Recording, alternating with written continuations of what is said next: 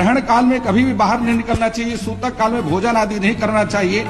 उमाकांतानंद जी ने बहुत अच्छी बात कही कि उससे जठराग्नि जो है कमजोर हो जाती है, ग्रहण काल में आपके लिए हानिकारक हो जाते हैं। राजकुमार जी, आप बोल रहे हैं कि आप कुछ खाइए मत, गौहर रजा साहब कुछ खाते हुए ये जताने की कोशिश कर रहे हैं कि खाना एक सामान्य प्रक्रिया है।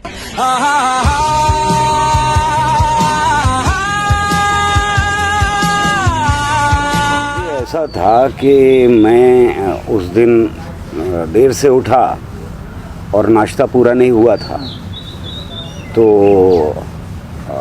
टाइम हो गया टेलीकास्ट का, तो मैं अपना नाश्ता लेके वहीं चला गया था और ये सोच रहा था कि भाई जब ब्रेक होंगे बीच में 2 घंटे 2.5 घंटे बैठना है और बात करनी है सूर्य ग्रहण के बारे में, बच्चों को समझाना है, देश के लोगों को समझाना है। वहाँ पर वो जो अच्छी जी मौजूद थे वो बार बार यही कह रहे थे कि ये मत खाओ, ये मत करना, बाहर मत निकलना, देखना मत, ये वगैरह वगैरह जो भ्रांतियाँ हैं सारी फैलाने की कोशिश उनकी पूरी थी।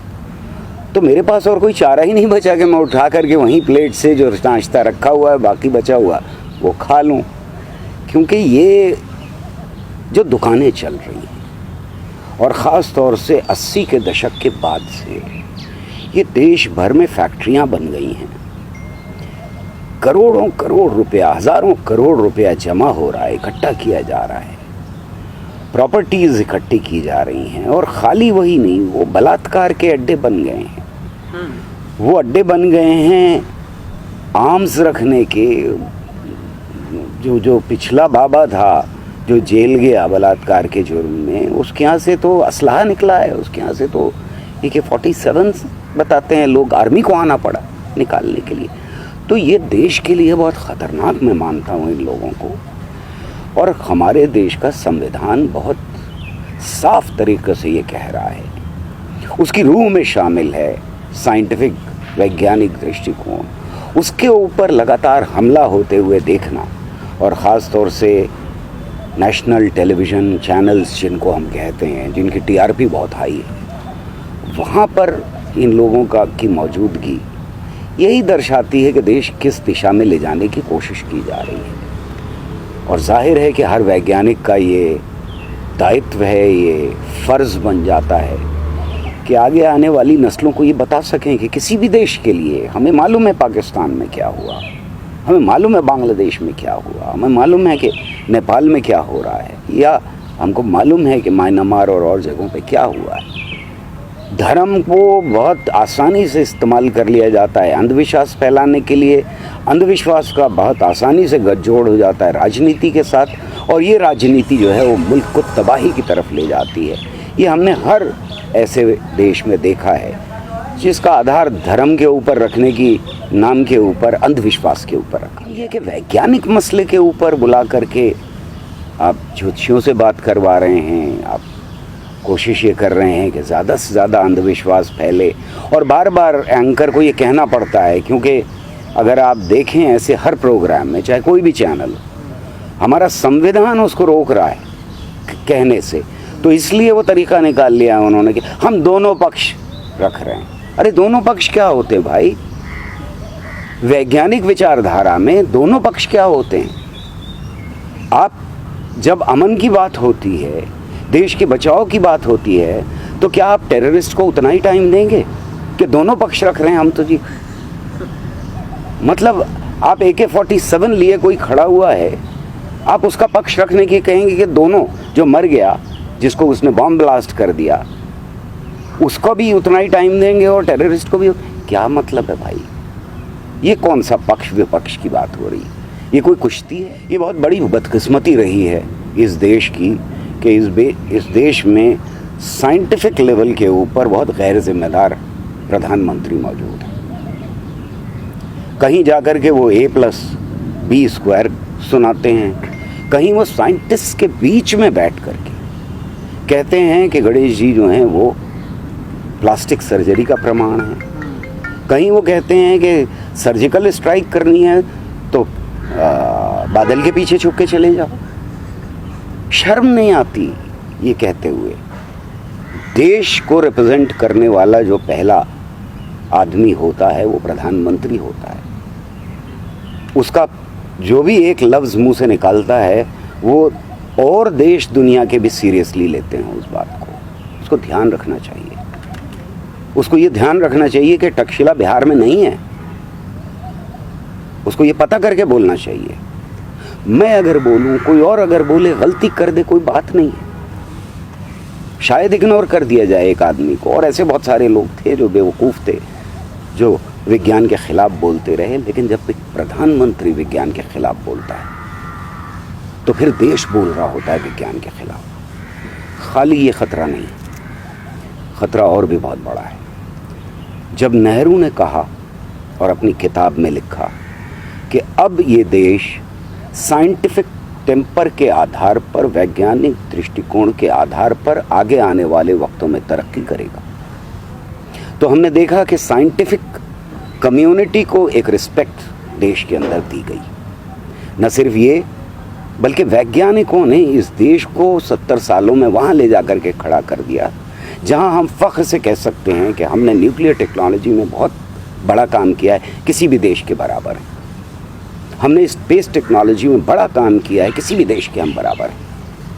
हम दूसरे देशों के साइंटिस्ट के साथ खड़े होकर के कंधे से कंधा मिला करके बात कर सकते हैं। और देशों के अंदर जहाँ साइंटिफिक कल्चर डेवलप नहीं किया गया, उन जगहों पे कोई दूसरा साइंटिस्ट उन्हें सीरियसली नहीं लेता।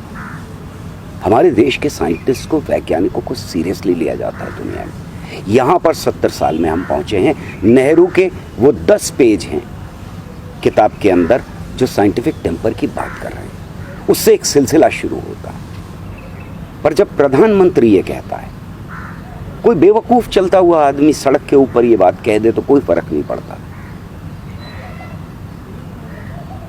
ये देश की पॉलिसी बन जाती है कि अब साइंटिफिक टेम्पर के ऊपर, वैज्ञानिक दृष्टिकोण के ऊपर, वैज्ञानिक विचारधारा के ऊपर, विज्ञान के ऊपर जैसा चाहे हमला कर सकते हो। इसकी खुली छूट है। जब प्राइम मिनिस्टर ये कहता है तो फिर मेंबर ऑफ पार्लियामेंट्स उठ के कहना शुरू कर देते हैं इस तरह की चीज़ें कि अगर ऐसे हाथ फेरोगे तो ब्लड प्रेशर बढ़ जाएगा, ऐसे करोगे तो ब्लड प्रेशर घट जाएगा।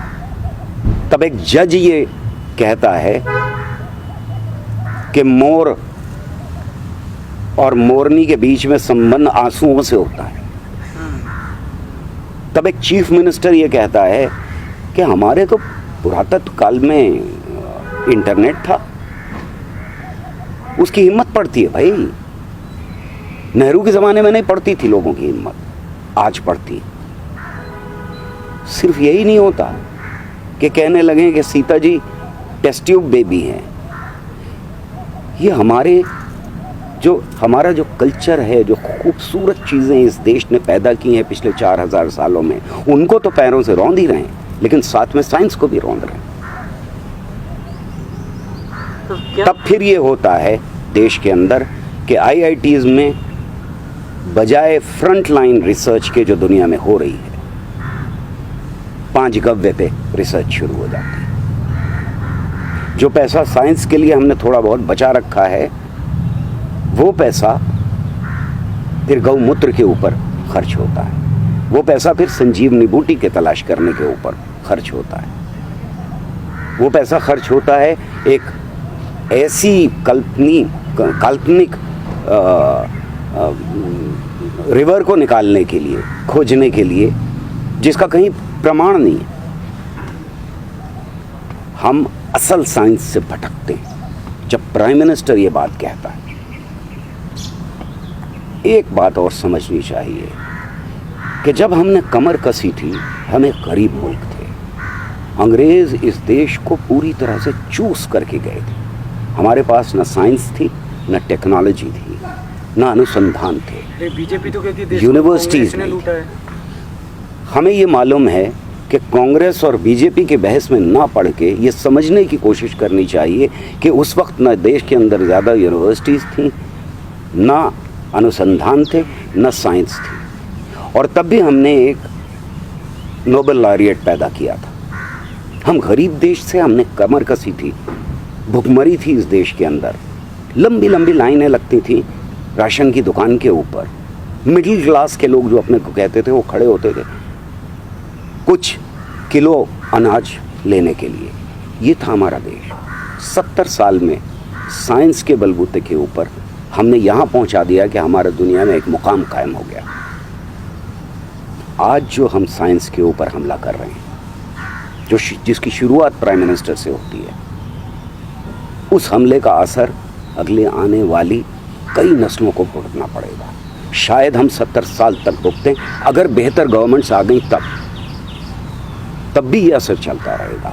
एक बार साइंस में पीछे होने का मतलब होता है कि कम से कम 1 सदी के लिए हम पीछे हो जाएं। साइंस के बिना विश्व गुरु तो क्या, गुरु भी नहीं बन सकते। आज ये ख्वाब दिखाते रहना बंद करना चाहिए, कुछ करने की कोशिश करना चाहिए। 6 साल के अंदर साइंस के ऊपर बजट घटा है। सैकड़ों प्रोजेक्ट साइंस के बंद हो गए इस बीच में। कितने ही साइंटिस्ट ये देश छोड़ करके चले गए इस बीच में। ब्रेन ड्रेन हुआ है। जो यंग लोग थे उन्होंने साइंस छोड़ करके जाने क्या कुछ करना शुरू कर दिया है। वो टीम्स ख़त्म हो गई हैं, चाहे वो CSIR हो, चाहे वो DRD हो, चाहे वो एटॉमिक एनर्जी कमीशन हो, इंक्लूडिंग इसरो से लोग छोड़ करके गए। ये किया है इस सरकार ने। मेरा ख्याल ये है कि दुनिया हंसती है हमारे ऊपर जब हमारा प्राइम मिनिस्टर, हमारा प्रधानमंत्री ऐसी कोई बात कहता है। और ये मैं समझता हूँ कि देश को बदनाम करने वाली बात है। ऐसी कोई भी गैर जिम्मेदारी की बात करना पूरे देश को बदनाम करना है, हमारी सभ्यता को बदनाम करना है। हमने साइंस के अंदर पहले भी बहुत बड़े बड़े काम किए हैं, हमने दुनिया को ज़ीरो दिया है। हमें मालूम है कि हमारे यहाँ का एक बड़ा साइंटिस्ट था आर्यभट्ट, जिसने पहली बार ये कहा कि शायद ज़मीन घूमती। उसका मजाक तब भी उड़ाया गया था और आज भी इसी तरह से साइंस का मजाक उड़ाया जा रहा है। 90 साल तक अगर आप ये कहते रहें कि इस देश का आधार ये वाला कॉन्स्टिट्यूशन जो हमारा खूबसूरत दुनिया का जाना माना कॉन्स्टिट्यूशन है वो ना हो करके मनुस्मृति को होना चाहिए, तो फिर यही लॉजिकल रास्ता है जो ऐसी सरकार पकड़ेगी। ये वही लोग हैं जिन्होंने झंडा जलाया था, ये वही लोग हैं जिन्होंने कॉन्स्टिट्यूशन जलाया था, ये वही लोग हैं जो किसी भी सूरत से मॉडर्न साइंस को मानने के लिए तैयार नहीं है। इनका एक MHRD मिनिस्टर कह रहा है कि मुझे क्योंकि डार्विनिज्म में यकीन नहीं है इसलिए किताबों से डार्विनिज्म को हटा देना चाहिए। अगर ये मिनिस्टर किसी देश का कहने लगे तो वो फिर पाकिस्तान से अलग नहीं है। पाकिस्तान में भी डार्विनिज्म नहीं पढ़ाया जाता क्योंकि वो इस्लामिक देश है। हमारा देश तो सेक्युलर देश था, हमारे देश में तो डार्विनिज्म पढ़ाया ही जाना चाहिए। ये बहुत अच्छा हुआ कि उनको हटा दिया गया, क्योंकि दुनिया में उन्होंने हमको बदनाम करके छोड़ दिया था। ये गैर जिम्मेदारी की चीज़ें देश को बहुत बुरे रास्ते पर ले जाएंगी। लेकिन एक बात सोच लेनी चाहिए, और वो ये है कि कोरोना के दौरान इस देश की आम जनता ने पूरी तरह से अंधविश्वासों को नकारा है। जब एक मिनिस्टर ये कहता है कि डार्विनिज्म नहीं पढ़ाना चाहिए, तो वो ये कह रहा है कि मैं जनता को डार्विनिज्म नहीं पढ़ने दूंगा, वो अंधविश्वास में जिंदा रहे। मैं अपने बच्चों को ऑक्सफोर्ड भेजूंगा, मैं उनको डार्विनिज्म भी पढ़ाऊंगा, मैं उनको सब कुछ पढ़ाऊंगा, क्योंकि ऑक्सफोर्ड में, कैम्ब्रिज में, बर्कले में, इन जगहों के ऊपर तो सब कुछ पढ़ाया जाता है। तो भाग भाग के ये अपने बच्चों को वहाँ भेजते हैं। ये चीज़ पाकिस्तान में बहुत साफ तरीके से दिखाई दी कि जिनको आतंकवादी बनाना था उनको देश के सबसे गले सड़े ढांचे के अंदर एजुकेशन दी गई, और अपने बच्चों को मिडिल क्लास और अपर मिडिल क्लास ने बाहर भेज करके ही तालीम दी। जो मुल्क का हाल हुआ है वो इसी वजह से। डार्विनिज्म हो, न्यूटोनियन फिज़िक्स हो, आज जो कुछ हम ब्रह्मांड के बारे में जानते हैं वो हो, ये इनमें से हर चीज़ से ख़तरा है। क्योंकि अगर सवाल पूछने की ताकत आ गई लोगों में, अगर उनको साइंटिफिक सोच आ गई, तो फिर वो ये भी सवाल करेंगे कि प्रधानमंत्री ऐसा क्यों है। तो फिर ये भी सवाल करेंगे कि एक ऐसा आदमी चीफ मिनिस्टर जिसने 2002 के दंगों के ऊपर प्रेजाइड किया था, वो देश का प्रधानमंत्री क्यों बन गया। वो ये भी सवाल उठाएंगे कि आज मजदूर किसान को जिस हाल में रखा है हमने देश के अंदर, वो क्यों रखा है।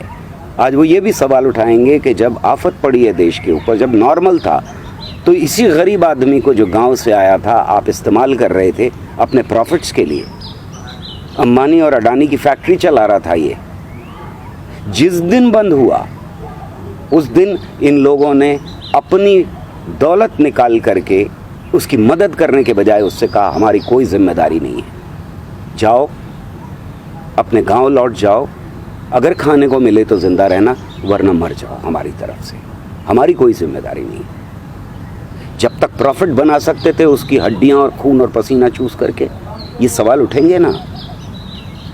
डार्विनिज्म ये कह रहा है ना कि ऊंची जात कुछ नहीं है और नीची जात कुछ नहीं है, ये तो चला ही रहे हैं इसके ऊपर, देश को बंटवारे करके ही तो चला रहे हैं। धर्म का बंटवारा, जात का बंटवारा, ज़बान का बंटवारा, यही बंटवारे करके तो वोट लिया जा रहा है। जब डार्विनिज्म होगा, जब ये मालूम होगा लोगों को कि आधार जो है इस दुनिया के चलने का वो न्यूटोनियन फिजिक्स है, फर्क आएगा लोगों की सोच में। डरते इस बात से, इसलिए अपने बच्चों को बाहर भेज दें, अपने बच्चों के लिए कॉलोनियाँ बना लेंगे, अपने बच्चों के लिए जो सड़कें हैं जिसके ऊपर टोल रोड बनाई जा रही हैं लगातार, वो अपने लिए हैं। गरीब आदमी के लिए ऐसा एजुकेशन सिस्टम कर दो कि जिसमें वो कुछ भी समझ ना पाए, कुछ भी पढ़ ना पाए, और सवाल पूछने की तो हिम्मत ख़त्म ही हो जाए उसकी।